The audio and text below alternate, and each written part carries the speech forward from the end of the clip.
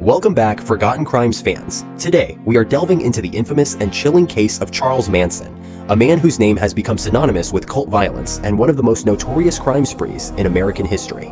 Charles Manson was born on November 12, 1934, in Cincinnati, Ohio. His early life was marked by neglect and instability. His mother, Kathleen Maddox, was a teenage prostitute, and his father abandoned the family before Charles was born. Kathleen's frequent run-ins with the law led to Manson spending much of his childhood in various boys' homes and reformatories, where he was often subjected to abuse. By his teenage years, Manson had begun committing crimes such as burglary and car theft, leading to several stints in juvenile detention centers. His criminal activities continued into adulthood, resulting in numerous incarcerations. During one of his prison terms in the 1950s, Manson became fascinated with Scientology and self-help programs, learning how to manipulate and influence others. These skills would later become the foundation for his control over his followers.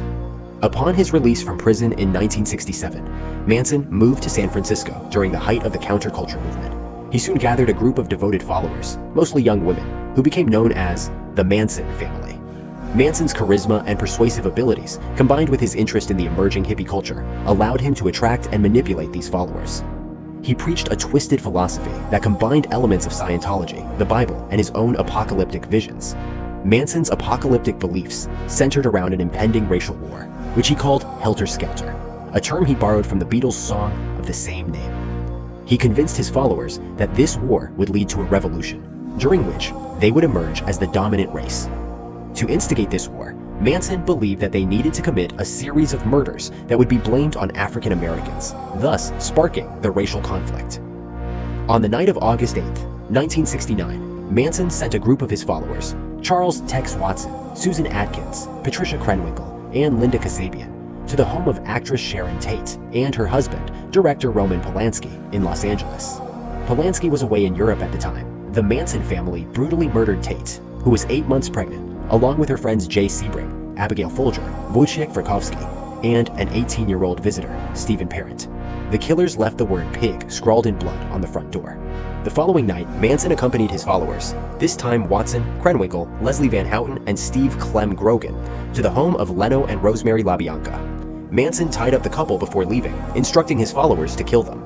The LaBiancas were murdered with brutal violence, and words and phrases such as "death to pigs" and "rise" were written in blood on the walls and refrigerator. The murders shocked the nation and led to a massive police investigation. The brutality and apparent randomness of the crimes terrified the public. It wasn't until Susan Atkins, already in jail on unrelated charges, bragged about the murders to a fellow inmate that the police connected the Manson family to the killings. Charles Manson, along with several of his followers, was arrested in December 1969. The trial that followed was one of the most sensational in American history. Manson's erratic behavior, including carving an X into his forehead and making bizarre outbursts in court, captured the media's attention. The prosecution, led by Vincent Bugliosi, argued that Manson had brainwashed his followers into committing the murders to spark helter-skelter. On January 25, 1971, Charles Manson and his co-defendants, Susan Atkins, Patricia Krenwinkel, and Leslie Van Houten, were found guilty of first-degree murder. They were sentenced to death, but their sentences were later commuted to life imprisonment after the California Supreme Court invalidated the state's death penalty statutes in 1972. The Manson family murders left an indelible mark on American culture, symbolizing the dark side of the 1960s counterculture movement. The murders ended the era of peace and love and brought a violent end to the decade. Manson himself became a symbol of evil, his image and crimes seared into the public consciousness. Charles Manson spent the rest of his life in prison, where he continued to attract a following and generate media attention. He granted numerous interviews over the years, during which he displayed his manipulative and charismatic persona, often rambling incoherently about his philosophies and beliefs. Despite numerous parole hearings, Manson was never released from prison. He died on November 19, 2017, at the age of 83, from natural causes.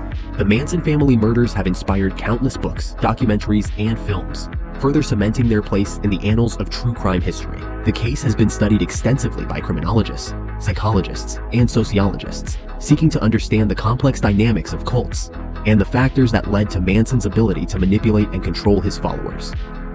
One of the most chilling aspects of the Manson case is the question of how an individual like Manson could gain such a hold over seemingly normal young people. His ability to exploit their vulnerabilities, combined with the social upheaval of the 1960s, created a perfect storm that allowed him to enact his deadly vision. The case also highlights the dangers of charismatic leaders and the potential for ideological extremism to lead to violence. Manson's background and early life provide some insight into the development of his disturbing behaviors. His early fascination with control and manipulation hinted at a deep-seated desire for power. This desire was coupled with a profound sense of disillusionment and resentment, exacerbated by his upbringing and numerous rejections in the music industry. These factors likely contributed to Manson's turn towards increasingly violent fantasies and his creation of a cult-like following. Throughout his criminal activities, Manson exhibited a meticulous and chillingly methodical approach to his manipulation. He often targeted individuals who were searching for a sense of belonging and purpose, many of whom were marginalized members of society. Manson's ability to lure his followers with promises of enlightenment and revolution speaks to his manipulative nature.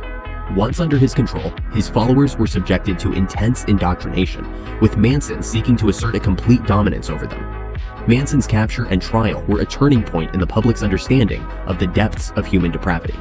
The detailed confessions and testimonies provided by his followers were both horrifying and illuminating, offering a rare glimpse into the mind of a cult leader. The trial itself was a media spectacle, drawing widespread attention and leading to significant public discourse on the issues of cults, brainwashing, and criminal justice. The legacy of Charles Manson's crimes extends beyond the immediate horror of his actions. It has led to important changes in how law enforcement and society at large approach issues of cult dynamics, mental health, and the treatment of vulnerable populations. The failures that allowed Manson to manipulate and control his followers for so long, including the mishandling of various incidents and complaints, have prompted reforms aimed at preventing similar tragedies in the future. The Charles Manson case also highlights the complex nature of criminal pathology and the interplay between environmental and psychological factors in the development of violent behavior. While Manson's actions were undoubtedly monstrous, understanding the factors that contributed to his crimes is essential in developing effective prevention and intervention strategies. The Manson family murders have left an indelible mark on American culture, symbolizing the dark side of the 1960s counterculture movement. The murders ended the era of peace and love and brought a violent end to the decade. Manson himself became a symbol of evil, his image and crimes seared into the public consciousness. The Manson family murders have inspired countless books, documentaries, and films, further cementing their place in the annals of true crime history.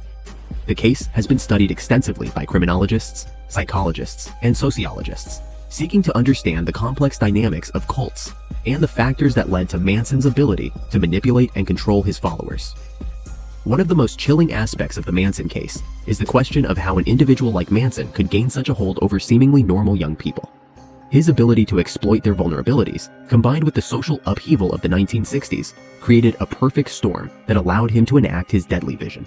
The case also highlights the dangers of charismatic leaders and the potential for ideological extremism to lead to violence. Thanks for joining us on this episode of Forgotten Crimes. We love diving into the world of true crime, exploring the stories that grip the world and uncovering the details that make these cases so fascinating. If there's a case you're curious about, or if you have any thoughts to share, let us know. Until next time, keep your curiosity alive. And remember, the world of crime is as complex as it is captivating.